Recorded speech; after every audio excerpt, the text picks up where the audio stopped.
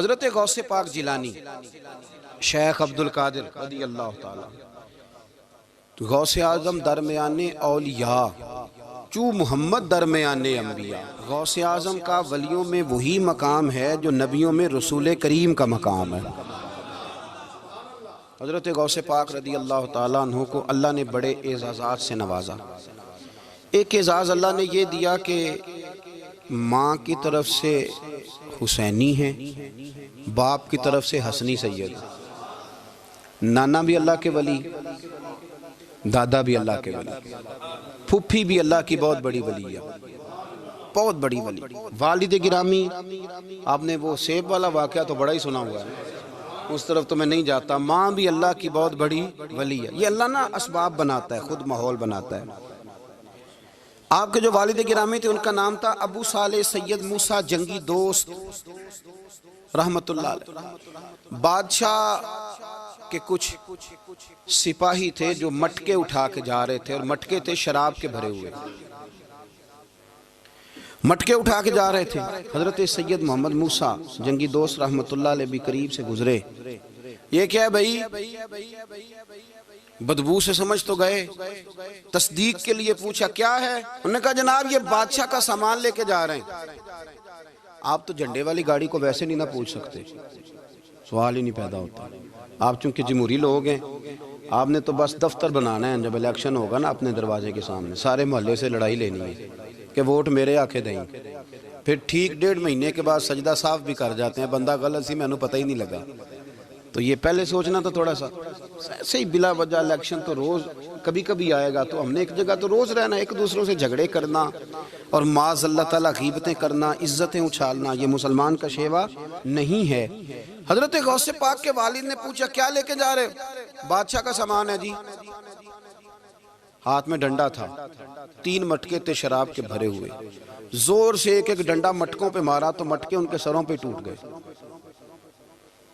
بادشاہ سلامت، ہم ساری تقریباً بادشاہ سلامت ہوتے ہیں. یہ کسی کی جرت ہے مطلب میرے گھر کے معاملے میں مداخلت کرے، اور پھر بادشاہ ہو. لوگوں نے جا کے بڑی غیبتیں کی، بڑی بڑی کہانیاں سنائیں. اس نے تو توڑ دیا جی مٹکے آپ کے، نے کوئی حال نہیں چھوڑا. تو بادشاہ کہنے لگا بلاؤ سید موسیٰ پاک جنگی دوست رحمت اللہ علیہ کو بلا لیا. تو کہنے لگے بادشاہ تمہیں پتا تھا مٹکے کس کے ہیں؟ آپ فرمانے لگے پتا تھا مجھے. کہا کیوں توڑے؟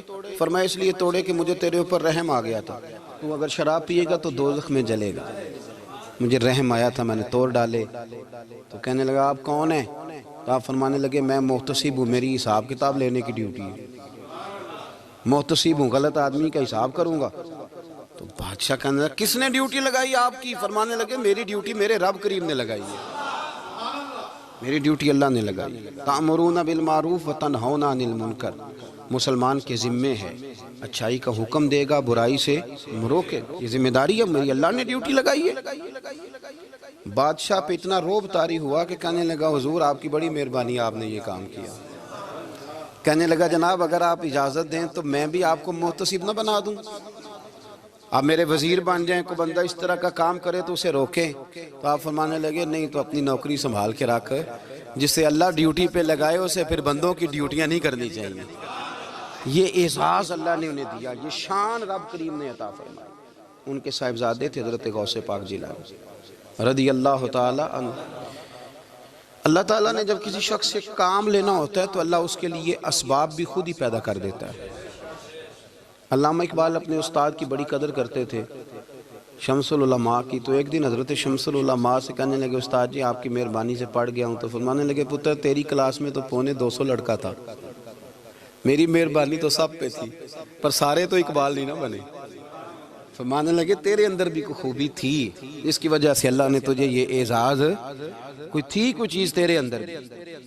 اللہ تعالیٰ جب کسی بندے کو نوازتا ہے نا تو بندہ بھی محنت کرتا ہے، لیکن اس کی محنت سے زیادہ اللہ کے فضل کا دخل ہوتا ہے. تو بندے کئی دفعہ کہنے لگ جاتے ہیں بڑی مشقت کی، بڑی محنت کی، کچھ بھی نہیں ہوتا. زیادہ اللہ کے فضل کا انحصار ہوتا ہے، رب جیسے چاہتا ہے ویسے فیصلے دیتا ہے. آپ فرماتے ہیں کہ میں چھوٹا سا تھا، والد انتقال کر گئے، والدہ تھی میری اور ہم 2 بھائی تھے. فرماتے ہیں بچے کھیلنے کے لیے نکلے تو میں بھی ان کے پیچھے کھیلنے نکل گیا. ایک بیل بچوں کے قابو آ گیا، تو بچوں کے قابو کو چیز آ جائے تو پھر وہ اس کا جو حال ہوتا ہے وہ تو ہمیں پتہ ہی، ہم سارے بچے رہ چکے ہیں۔ تو کہتے ہیں وہ بیل قابو آ گیا، کوئی اس کے کان چھیڑتا، کوئی اس کی دم چھیڑتا، کوئی اس کے سینگ چھیڑتا، کوئی کسی جگہ سے اسے تنگ کرتا، مختلف بچے اس کو نا دم سے پکڑ کے ہلاتے، بیل بھاگتا۔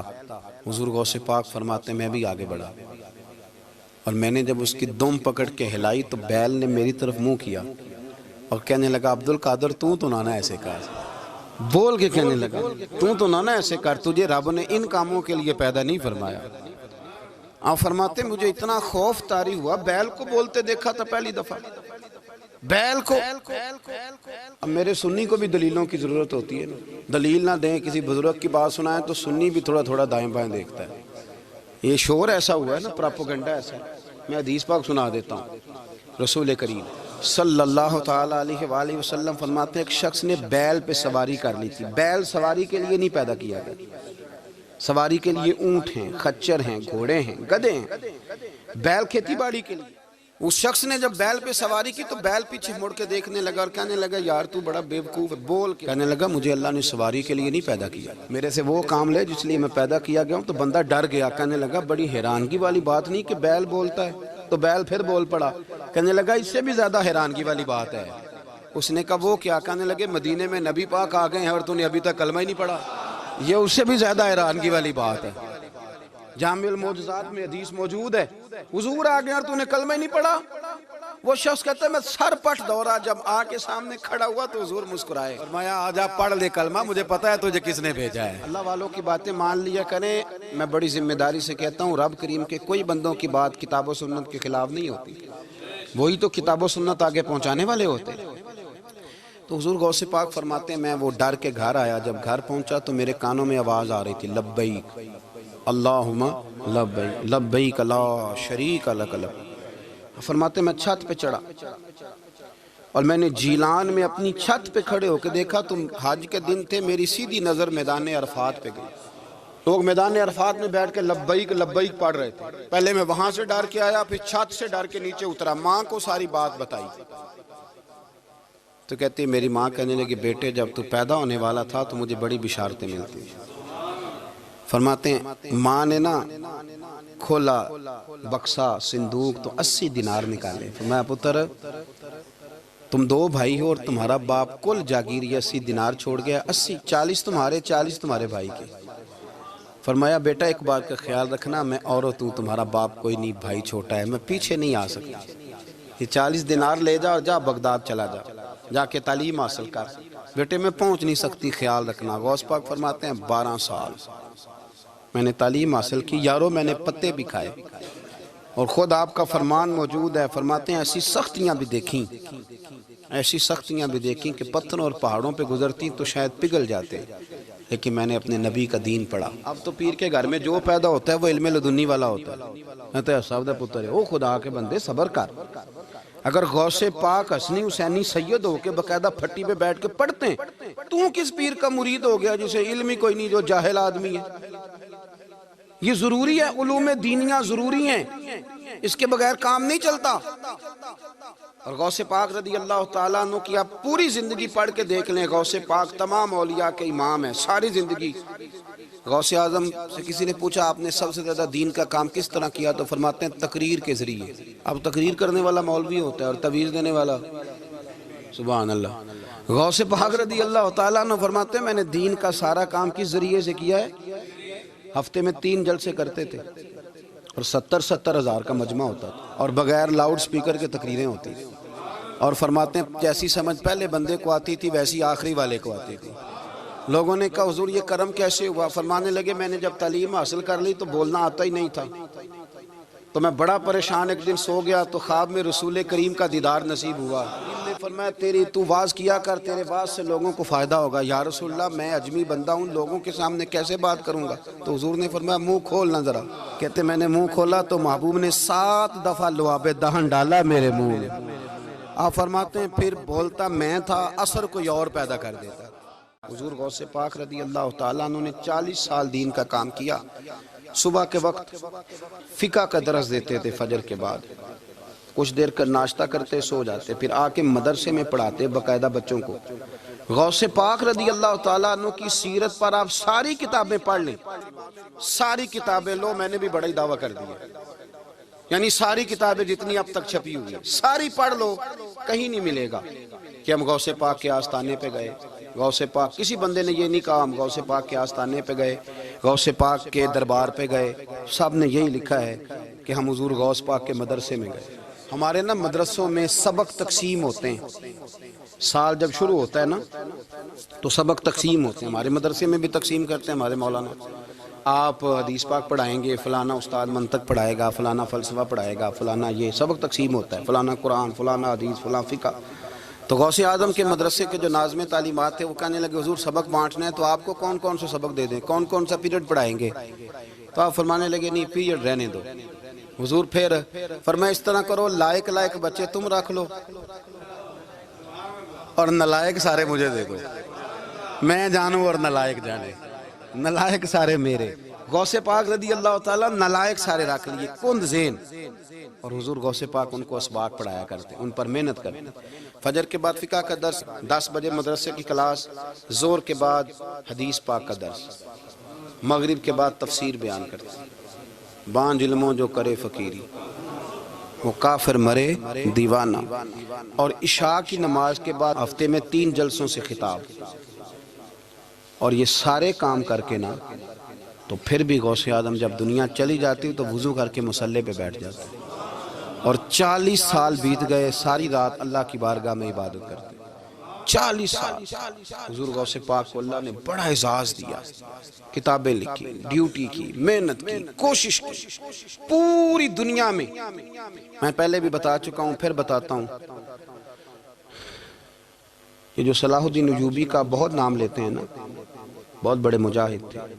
صلاح الدین ایوبی کے ساتھ 70,000 کی فوج تھی، سارے کے سارے غوث پاک کے مرید تھے۔ صلاح الدین ایوبی نے حضور غوث پاک کی زیارت نہیں کی، پر تعلیم غوث پاک کے مدرسے میں حاصل کی۔ اس کو بڑا شوق ہو نا کتابیں دیکھنے کا، وہ میرے پاس آئے، میں دکھاؤں گا انشاءاللہ۔ صلاح الدین ایوبی حضور غوث پاک کے مدرسے کا طالب علم ہے۔ یہ آپ کے ملک میں 2-3 دن سے رٹا چل رہا ہے، وکیلوں کا، ڈاکٹروں کا، کل سے یونیورسٹی کا بھی چل گیا ہے۔ یہ لڑائی کسی مولوی 2 گروپوں میں ہوئی ہوتی نا، چلو نام بولو، میں نے پتہ ہے اگلی گل دا بھی، کسی مولویوں کے 2 مدرسوں میں ہوتی نا تو جو طوفان اٹھنا تھا نا ہر چوک میں، مولوی لڑاندے بڑا لے یہ بڑی۔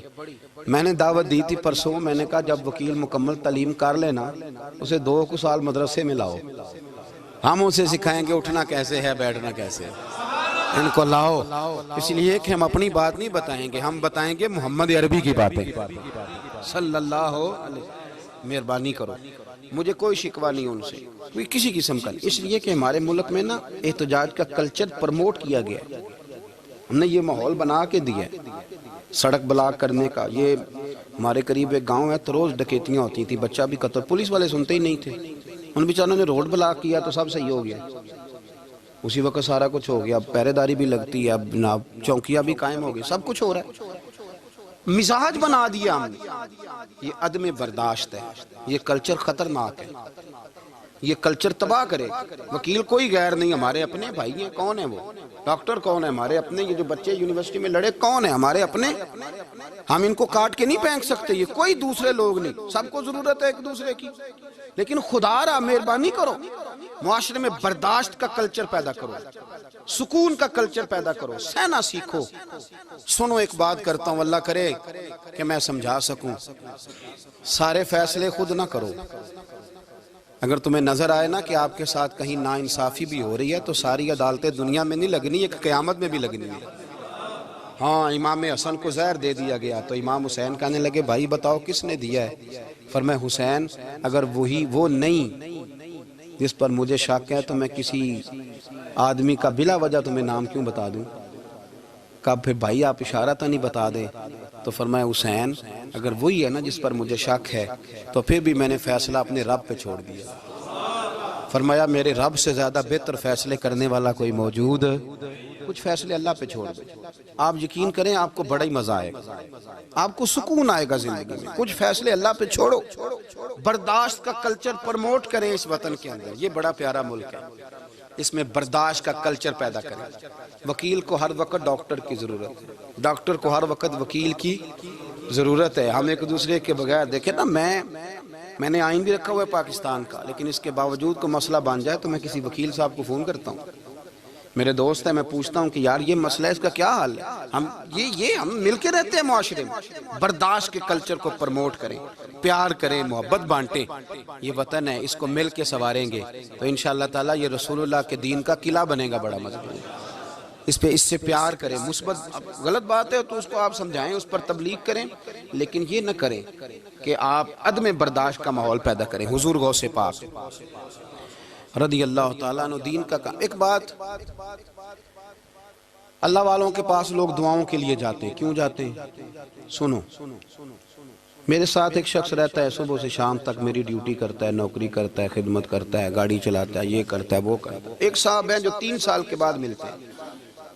پھر وہ جو 3 سال کے بعد ملتے ہیں وہ شکوہ کرتے ہیں کہ پیر صاحب اس کی بات زیادہ مانتے ہیں. تو پیر صاحب اب کدھر جائیں, یہ سارا دن پیر صاحب کی مانتا ہے. نہیں سمجھ آ رہی ہے آپ کو بات؟ یہ مزاج ہے نا جی. ایک بندہ سارا دن دنیا داری کرے, مال کمائے, پتہ نہیں جھوٹ بولے, بڑا کچھ کرے, اور ایک اللہ کا ولی جو اپنا بنائے کچھ نہ, سارا دن رسول اللہ کی باتیں کرے, سارا دن اللہ کے دین کی خدمت کرے.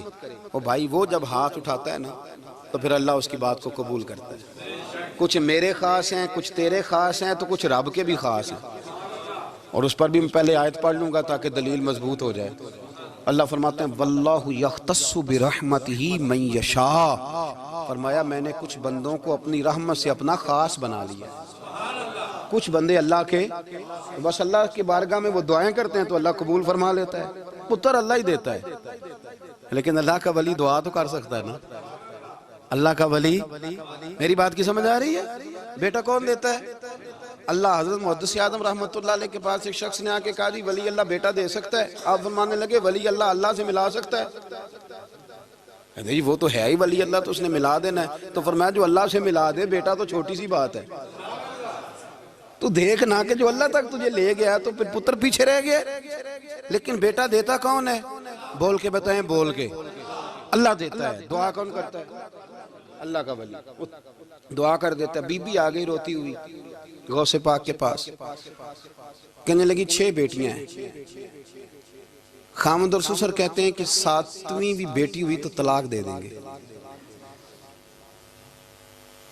تھوڑا سا اگر بندہ مالدار بھی ہو تو پھر وہ ہمارا دماغ جہاں مرضی چلتا ہے نا. یہ جہالت آج بھی بہت ساری جگہوں پہ پائی جاتی ہے. تہذیب سکھاتی ہے جینے کا سلیقہ, تعلیم سے جاہل کی جہالت نہیں جاتی.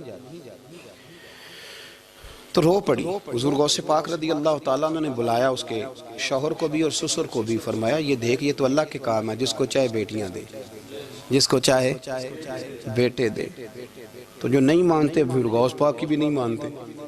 انہوں نے کہا جی نہیں دی, میں تو نکاح کروں گا.